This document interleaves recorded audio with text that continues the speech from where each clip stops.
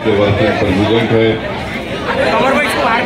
मोहतरम जनाब अब्दुल नाजिम साहब जो सीनियर सेक्रेटरी हैं महाराष्ट्र मजलिस इत्तेहादुल मुस्लिमीन के, अमरावती के मजलिस इत्तेहादुल मुस्लिमीन के सदर जनाब सलाहुद्दीन खान साहब, अरकान बल्दिया अब्दुल खालिद साहब, अफजल हुसैन साहब, समीर शाह साहब, मेरे तमाम मौजूद मजलिसी रुतबा, बुजुर्गान कौम और मिलत, मेरे गयूर नौजवान साथियों और पसे पर्दा बैठकर सुनने वाली मेरी इज्जतदार माँ और बहनों, मैं आप तमाम का बेहद शुक्रगुजार हूँ कि आपने अपना कीमती वक्त निकाल कर आज के मजलिस इत्तेहादुल मुस्लिमीन के इस जलसे में आपने शिरकत की। और मैं इस बात को मानता हूँ कि ये जगह हमारे लिए नाकाफ़ी है, मगर ये इसलिए इंतज़ाम किया गया क्योंकि बारिश का खदशा था, इसीलिए एक पूरा कवर्ड इंतज़ाम यहाँ पर किया गया है। मैं आपका बेहद शुक्रगुजार हूँ कि आपने पिछले बल्दिया के इलेक्शन में यहाँ से आपने मजलिस के 10 अरकान बल्दिया को अपनी दुआओं से और अपने वोट देकर उनको कामयाब किया। मैं आपका शुक्रिया अदा करता हूँ। मैं जब बल्दिया के इंतखाबी मुहिम में आया था तो मुझे अच्छी तरह याद है कि सैयद मोइन ने मुझे नागपुर से गाड़ी में बिठाकर गाड़ी को बड़ी तेज रफ्तारी से चलाकर यहाँ पर इंतखाबी जलसे में मैं शिरकत कर सका। सिर्फ 10 मिनट बाकी थे। मैंने आपसे वादा किया था कि इंशाअल्लाह अल्लाह ने चाहा तो मैं दोबारा आऊँगा और आप तमाम से तफसीली गुफ्तगू होगी। ये अल्लाह सुब्हाना व तआला का बड़ा फजल व करम है कि मुझे यहाँ पर दोबारा आने का मौका मिला। आपके दरमियान में खड़े होकर मेरी जमात की बात आपके सामने करने का मुझे मौका अल्लाह ने इनायत फरमाया। मेरे अजीज दोस्तों और बुजुर्गों, अभी आपने एक वलवला अंगेज तकरीर को समाअत फरमाया मोहतरम जनाब इम्तियाज जलील साहब की, और उमूमन इम्तियाज जलील साहब बड़ी नरमी से गुफ्तगू करते हैं। आज लगता है कि दोपहर का खाना हमने नाजिम साहब के घर में खाया, शायद वो खाने में ज्यादा था या था नहीं मालूम, जो इम्तियाज साहब की जबान आज माशाअल्लाह पूरे एक मुदल्लिल तकरीर उन्होंने की। मेरे अजीज दोस्तों और बुजुर्गों, मैं सबसे पहले इस बात का आपको जिक्र करना जरूरी समझता हूँ कि कल हमारा जलसा हुआ था मलकापुर में, और सुबह में जब हम अमरावती के लिए गाड़ी में निकल रहे थे तो इम्तियाज साहब ने मुझे बताया कि मीडिया ये चला रहा है कि मलकापुर के जलसे में किसी ने नारे लगा दिए किसी बादशाह के ताईद में। तो इम्तियाज साहब ने फौरन उससे पूछा कि बता कौन सी बात है। तो वो नारा था इम्तियाज साहब की मोहब्बत का नारा था। क्या नारा था वो? जब तक सूरज चांद रहेगा। यहाँ के बोले नहीं देता ढील इम्तियाज जलील, शाहगंज का टावर इम्तियाज का पावर।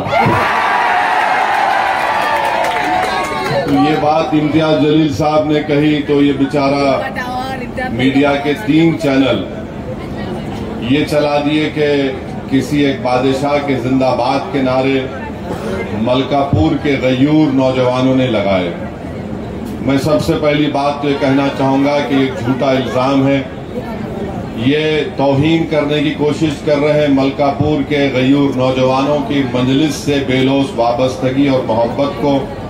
और तीसरा मुझे लगता है कि मीडिया के लोग, वो 3 चैनल के लोग पूरे नहीं, अंधे भी हैं, बहरे भी हैं, गूंगे भी हैं। उनको कम से कम इस बात का नोटिस लेना चाहिए था कि क्या नारे लगाए जा रहे हैं। अगर आपको इम्तियाज जलील की ताईद में अगर कोई नारे लगाता है, अगर आपको पेट में दर्द हो रहा है, तो फिर आपको बोलना चाहिए था कि हमको इम्तियाज जलील का जो नारा लग रहा है, हमको पेट में दर्द हो रहा है, पेंचिश हो रही है, रात में नींद नहीं आई हमको। मगर एक बात साबित हो गई एक बात साबित हो गई कि इम्तियाज जलील की तारीफ में जो नारे लगे वो इम्तियाज जलील की इनफरादियत के लिए नहीं थे। वो मलकापुर के गयूर नौजवानों ने, बुजुर्गों ने इस बात को महसूस कर लिया कि बरसों के बाद आज महाराष्ट्र में मुसलमान, दलित और आदिवासियों का एक लीडर आया है, उसका नाम इम्तियाज जलील है। इसीलिए उनको बड़ी तकलीफ हो गई कि ये कौन आया है जो बरसों से जिस कौम को हमने दबा कर रखा था, जिसको हमने कुचल कर रखा था, आज औरंगाबाद के गरीब, मजलूम मुसलमान, दलित और हमारे सेकुलर हिंदू भाइयों ने एक ऐसे आदमी को अपना एमपी बना के खड़ा कर दिया जो गरीबों के लिए बात करता है, जो लाइन में आखिरी है उनको सामने लाने की बात करता है। तो इनको बड़ी जलन हुई और उन्होंने टीवी चैनल पर ये चला दिया। मैं उन टीवी चैनल के जिम्मेदारों से ये कहना चाहूंगा कि अगर आपको इतनी जलन है इम्तियाज जलील से, तो इम्तियाज जलील पे गुस्सा निकालो। अब एक जो बादशाह इस दुनिया में नहीं है, आप उसके नारे लगा रहे, ये नारे लगाए, तो ऐसा मत करिए। मुझे लगता है कि मीडिया जो भारत में सबसे ज्यादा मुसलमानों से नफरत पैदा करने का रोल अदा कर रहा है, चंद मीडिया, पूरा नहीं। मैं उन मीडिया के हजरात को बताना चाहूंगा कि एक रुवांडा रेडियो होता था जिसने रुवांडा में इसी तरह से उनका प्रोग्राम चलता था, रुवांडा के एक मखसूस तबके के लोगों को बदनाम करने के लिए कि ये वैसे हैं, ये गंदे हैं, ये एंटी नेशनल है। हुआ क्या, उनके इस मुसलसल झूठे प्रोपेगेंडे की बुनियाद पर रुवांडा में कत्लेआम हुआ, जेनोसाइड हुआ। तो क्या हम ये मीडिया वालों से पूछेंगे कि क्या आप भी चाहते हैं कि रुवांडा की तारीख भारत में दोहराई जाए? क्या आप यही चाहते हैं कि मुसलमानों को इतना बदनाम कर दो और बता दो पूरे देश में कि ये देश से मोहब्बत नहीं करते, ताकि उनका जेनोसाइड किया जाए, ताकि उनका प्रोग्राम किया जाए? ऐ मीडिया के जिम्मेदारों, याद रखो, अगर खुदा ना खास्ता तुम मुल्क को उस रास्ते पर लेकर जाओगे तो नुकसान मुल्क का होगा। हम तो मरने को तैयार हैं। हम जब इस दुनिया में मुसलमान आता है तो वो अपनी रिस्क और अपनी मौत अल्लाह की तरफ से लिखा कर आता है। आप मेरी बेइज्जती नहीं कर सकते, आप मुझसे मेरा रिस्क नहीं छीन सकते, आप मुझसे मेरी इज्जत छीन नहीं सकते, आप मेरे मौत के वक्त को टाल नहीं सकते। ये तो रब्बे करीम सब फैसले कर चुका है। आलम अरवाह में हमारी रूहें रख दी गई है और हम अपनी माँ के पेट में 9-10 महीने रहकर जब पैदा होते हैं तो हम अपना सब कुछ लिखा कर आते हैं। तो अगर आप ये समझ रहे हैं कि रुवांडा की तरह रेडियो रुवांडा का आप रोल अदा करना चाहेंगे, तो फिर याद रखो ये देश के लिए ठीक नहीं होगा। तो हम उम्मीद करते हैं कि हमारे मीडिया के लोग जरा एहतियात बरतेंगे। अकोला में हमारी गाड़ी रुकी, माशाल्लाह वहां के जिम्मेदारों को सलाम, सौों की तादाद में नौजवान बुजुर्ग जमा हो गए, हम सबसे मिलिए। अब मीडिया से नहीं बात करें तो इनको बड़ी तकलीफ हो गई और इम्तियाज साहब ने बताया कि मीडिया ने चला दिया कि वो ऐसे ही भाग गया। अबे तू क्या मेरा ससुरा है, देख के भाग जाऊंगा? भाग गए? अरे हम नहीं भागते बाबू, मैदान छोड़ने का नाम ही नहीं लेते हम। या तो हम सीने पे गोली खा के गिर जाएंगे मगर पीठ नहीं दिखाएंगे। अब आप बोले भाग गए। अरे मेरे मीडिया को, 3 मीडिया के चैनलों के जिम्मेदारों से कह रहा हूं कि तुम्हारा सबसे बड़ा एंकर कौन है, बुला लो उसको, अमरावती के मैदान में बैठेंगे। अगर तीनों के 3 10 मिनट में नहीं भाग गए तो फिर मेरा नाम असदुद्दीन ओवैसी नहीं। भाग गए। अरे तुम्हारे पप्पा से नहीं डर के नहीं भागते, तुमसे भागेंगे। भाग गए। अरे कहां भागते रे, एक बार आ गए तो जाने वाले नहीं है। जो भागने वाले थे भाग गए 75 साल पहले डर के, जो मरद थे ठहर गए, सुबह क़यामत तक ठहरेंगे, याद रखो इंशाअल्लाह। ये जरा कर्जा बाकी था, उसको अदा कर दिया। दोपहर से बेचैनी हो रही थी, मैं बोला अमरावती में अपनी बात को रखेंगे।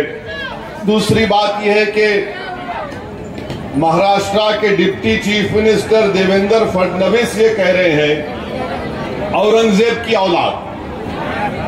हम डिप्टी चीफ मिनिस्टर साहब से पूछना चाह रहे हैं कि भारत के बहुत बड़े फ्रीडम फाइटर थे तिलक साहब, क्या तिलक साहब ने नहीं कहा कि जो ब्राह्मण लोग हैं वो आर्टिक से आए थे, आर्टिक से आए थे। अब फडणवीस साहब आप भी ब्राह्मण हैं, अब आप बोलो उनकी बात सच है या आपकी बात सच है। तीसरी बात यह है कि फडणवीस साहब बोलते हैं कि औरंगजेब की औलाद, निशाना किस पर है हमको मालूम, मगर भारत कैसे बना मैं आपको बताता हूं। अभी ये भारत में जो लोग जमा हुए ना, पूरे 130 करोड़ की आबादी है भारत में, 33 करोड़ हो गए। हम तमाम लोग भारत के बाहर से आए सो है। कौन लोग हैं? हम 4 माइग्रेशन भारत में हुए, 4 लोग हजारों साल पहले भारत में आए। पहले ये कि 65,000 साल पहले फडणवीस साहब अफ्रीका से लोग भारत को आए थे। 65,000 साल पहले अफ्रीका से भारत को लोग आए। दूसरा जो माइग्रेशन हुआ ईरान से आए। तीसरा जो हुआ ईस्ट एशिया से आए, यानी 2000 BCE में। उसके बाद सेंट्रल एशिया में आए 2000 और 1500 BC में। और उसके बाद कई लोग आए, हुन्स आए, साकाज आए, ग्रीक, पर्शियन, अरब, मुगल, ब्रिटिश, पोर्चुगीज। उसके बाद आके यहां बस गए। अब इन बड़े हम ही हैं, तुम नहीं है। असल ओरिजिनल अगर कोई भारत का है तो वो आदिवासी लोग हैं, वो पूरे आदिवासी हैं। ये पूरे आर्यन हैं यहाँ के लोग, वहां से आए, यहां से आए। आदिवासी द्रविडियन भारत के असल लोग हैं। अब देवेंद्र फडणवीस बोलो आप कहां से आए? औरंगजेब तो बात का है, मैं तो बोल रहा हूं कि 65,000 साल पहले अफ्रीका से आए थे। देवेंद्र फडणवीस साहब एक बात याद रखो, ज्यादा ज्ञान हमको मत दो, हमको भी थोड़ा है दिमाग में। आप डिप्टी चीफ मिनिस्टर हैं, इसका यह मतलब नहीं है कि जो मुंह आए मुंह को आए बोलते रहेंगे। हमारे मुंह में हमारी जबान है, तो हम अपनी बात को रखेंगे। तो पहले यह बताना था। और सबसे अहम बात यह है कि हमारा ईमान, हमारा मानना यह है, हमारे बुजुर्ग किताबों में भी लिखे कि जब अल्लाह सुब्हाना व तआला हजरत आदम अलैहिस्सलाम को जन्नत से दुनिया में भेजा, तो हजरत आदम अलैहिस्सलाम कहां पे आए? दुनिया में कहां पे आए? भारत में आए। और हमारी अम्मा हवा जिद्दा में, अब्बा भारत में आए। तो अब्बा का मुल्क हुआ नहीं हुआ मेरा? हम अब्बा के मुल्क में हैं, हम अब्बा के मुल्क में। आप बोल रहे उनकी औलाद, हम अब्बा आदम की औलाद हैं, ये हमारा मानना है। तो देवेंद्र फडणवीस साहब आप ये बार बार मत बोलो। फिर बोलते नहीं नहीं नहीं, मुसलमान को नहीं बोला मैं, मेरे को मालूम आप किसको बोले। आप शैतानों को बोले क्या? आप राक्षसों को बोले क्या? आप क्या गोडसे की औलाद को बोले क्या? और फिर हम डिप्टी चीफ मिनिस्टर से पूछना चाह रहे, जिसका जिक्र इम्तियाज साहब ने भी अपनी तकरीर में किया, कि आप होम मिनिस्टर हैं, जरा ये तो बताइए कि लुकमान सुलेमान अंसारी 10 मई को ये रहने वाला था न्यू बस्ती मकबूल मस्जिद, पडगा तालुका भिवंडी, और घोटी इगतपुरी में इसको पीट पीट कर इसका कत्ल कर दिया गया। और 10 जून को वाकया हुआ। 25 जून को अफान अब्दुल माजिद अंसारी को पीट पीट कर गाड़ी रोककर मार दिया गया, जान ले ली गई। इसका एड्रेस है फडणवीस साहब, शायद आपको नहीं मालूम, आपको खाली मुगल हिस्ट्री मालूम। उसका एड्रेस है रूम नंबर 5, फातिमा बी चौल, बरेली होटल, खुरेश नगर, कुर्ला ईस्ट, मुंबई 400070, महाराष्ट्र। हमारे पुलिस वाले लिख के भिजा दो डिप्टी सीएम को, जो लॉ एंड ऑर्डर देखते। इनका भी इनको मारा गया कहां पे? जहां पे लुकमान सुलेमान अंसारी को मारा गया था, घोटी इगतपुरा में। यानी 10 दिन में 2 लुकमान सुलेमान अंसारी को और अफान अब्दुल माजिद अंसारी को सिर्फ इसलिए मार दिया गया कि उनके गाड़ी से गोश्त निकला, रोक कर पीट पीट कर उनकी जान ले ली गई। अरे देवेंद्र फडणवीस साहब, शिंदे साहब, कौन सी हुकूमत तुम चला रहे हो? 2 लोगों की जानें चली गई हैं। अगर कोई फोटो लेकर निकलता तो देवेंद्र फडणवीस बोलते फुलां की औलाद। देवेंद्र फडणवीस साहब, शिंदे साहब, ये महाराष्ट्र में तुम हुकूमत कर रहे या क्या कर रहे तुम लोग? 10 दिन के अंदर 2 लोगों को गाड़ी से उतार कर पीट पीट कर उनकी जान ले ली गई। और तुम्हारी सरकार बेहोश सो रही है। फोटो उठाए तो तुम हरकत में आते। अरे फोटो की अहमियत है या इंसान की जान की कीमत है? बताओ। मरने वाला अगर अंसारी है तो उसकी कीमत नहीं है। भारत के प्रधानमंत्री मोदी बोलते पसमानदा मुसलमान, अरे ये दोनों अंसारी हैं। मरने वाला इंसान है मगर उसका नाम अंसारी है। तो ना शिंदे की जबान खुलती, ना फडणवीस की जबान खुलती, ना शरद पवार की जबान खुलती, किसी की जबान नहीं खुलती। खुलती कब है? जब चुनाव आ जाते हैं। मेरे अजीज दोस्तों और बुजुर्गों, हम कंडेम करते हैं ये 2 बच्चों का जो कत्ल हुआ है, लुकमान सुलेमान अंसारी का और अफान अब्दुल माजिद अंसारी का, घोटी इगतपुरा में। और नासिक की पुलिस तो माशाल्लाह, वाह वाह। मैं तो एसपी साहब आपको मुबारकबाद देता हूं कि आप एसपी हैं और यह कत्ल हो रहा है। और शायद आपको बीजेपी की सरकार इनाम दे देगी कि आपने बहुत अच्छा काम किया है। अरे क्या हो रहा है हमारे महाराष्ट्र में? गरीबों को गाड़ी से उतार कर पीट पीट कर उनकी जान ले ली जा रही है। मैं मुतालबा डिमांड करता हूं कि 1 हफ्ते के अंदर पूरों को गिरफ्तार करना, आप जेल को भिजाना उन तमाम जालिमों को जिन्होंने हमारे सुलेमान अंसारी को और अब्दुल अफान माजिद अंसारी का कत्ल किया। ये नाथूराम गोडसे की नाजायज औलाद है। ये नाथूराम गोडसे की नाजायज औलाद है। इन्होंने हमारे इन मासूम इंसानों की जान ली है। हम मुख्यमंत्री हो या डिप्टी सीएम हो, कुछ तो बोलो। अच्छा, कुछ तो ये सेकुलर पार्टी के लोग बोलो, राष्ट्रवादी के लोग बोलो, कांग्रेस के लोग बोलो, ये आपके शिवसेना के लोग बोलो। मुंह में क्या दही जम गई? नहीं बोलेंगे। कब बोलेंगे? ये ओवैसी इम्तियाज भड़काऊ भाषण देते। चुनाव आएगा तो बोलेंगे बीजेपी को हराना है, हमको वोट दो। अब तो बोलो इन बच्चों के बारे में। हम जब बोल सकते तुम क्यों नहीं बोल सकते? इसलिए नहीं बोलते कि तुम्हारी मौत इनको पसंद है, मगर तुम्हारे वोट से मोहब्बत है। तुम्हारी जिंदगियों से मोहब्बत नहीं, तुम्हारे वोट से मोहब्बत है। मजलिस को तुम्हारे वोट से नहीं, मजलिस को तुम्हारे हक से मोहब्बत है, मजलिस को तुम्हारे इंसाफ से मोहब्बत है। हम यही चाहते हैं।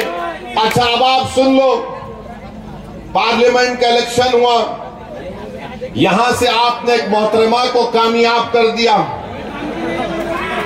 आपने सब वोट दिया ना उनको? दिए नहीं दिए? कितने वोट दिए? हाथ उठाओ। आपने मैडम को वोट दिया, क्यों दिया आपने वोट? आपने वोट इसलिए दिया, सुनिए मैं जानता हूं पूरा, आपने वोट इसलिए दिया क्योंकि हमारे बुजुर्ग लोग बोले मियां बीजेपी को हराना है, वोट दे दो उसको। मस्जिद से ऐलान हो गया, हम सब ने कहा क्या करेंगे रे भाई, उनको वोट दे दिए, उन्होंने जीत गए मैडम। और मैडम जैसा दिल्ली को पहुंचे, दिल्ली को पहुंचते कि उन्होंने बता दिया अपना असली रंग, माने अपना असली चेहरा। क्या बात है, क्या बोले मैडम? मोदी जी बहुत अच्छे आदमी हैं, जैसा बोलते वैसा नहीं है। हाँ आप पहले बोल देना था। मगर मैं पूछना चाह रहा हूं, जो लोग मजलिस के फैसलों पर तनकीद करते हैं, जो लोग मजलिस के इलेक्शन लड़ने पर परेशान होते हैं, मैं उनसे आज सवाल कर रहा हूं, बड़ी इज्जत के साथ सवाल कर रहा हूं, क्या आपने गलत फैसला नहीं लिया?